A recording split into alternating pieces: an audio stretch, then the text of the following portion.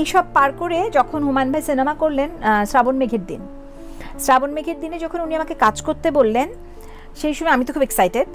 হ্যাঁ, তো ওখানে দুটো ক্যারেক্টার, একটা হচ্ছে ডক্টর শাহানা আর আরেকটা হচ্ছে যেটা শাওন করলো, আমি না চরিত্রটার নাম এই মুহূর্তে ভুলে গেছি। হ্যাঁ, তো ওই সময় মানে আমার কাছে মনে হচ্ছিল যে ডক্টর শাহানাই আসলে মূল চরিত্র।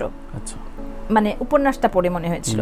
তো হুমায়ুন ভাই যখন ডাকলেন, নাকি ওই চরিত্রটাই শাওনেরটাই মূল চরিত্র, আমার ঠিক মনে নাই, মানে আমার মনে আছে এটুকু যে আমার খুব ওই চরিত্রটা হতে ইচ্ছা হয়েছিল। ডক্টর শাহানাটাই না, যেটা শাওন করলো, মানে ওইটা হতে ইচ্ছা হয়েছিল নাকি ডক্টর শাহানা, মানে এই মুহূর্তে এই জায়গাটা একটু মনে পড়ছে না, কিন্তু হুমায়ুন ভাই আমাকে কাজ করলেন ডক্টর শাহানাতে।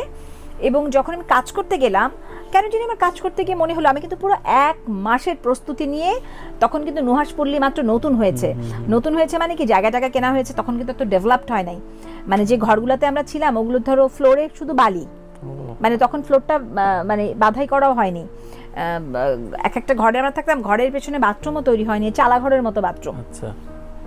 তো জাহিদ তো শ্রাবণ মেঘের দিনের মেইন কাস্ট, জাহিদ এবং তখন মৌ, জাহিদ নতুন বিয়ে করেছে, জাহিদ, মৌ, আমি এবং আমাদের সাথে আমাদের একজন মানে আমাদের পছন্দের একটা মেকআপ আর্টিস্ট ছিল শিববীর।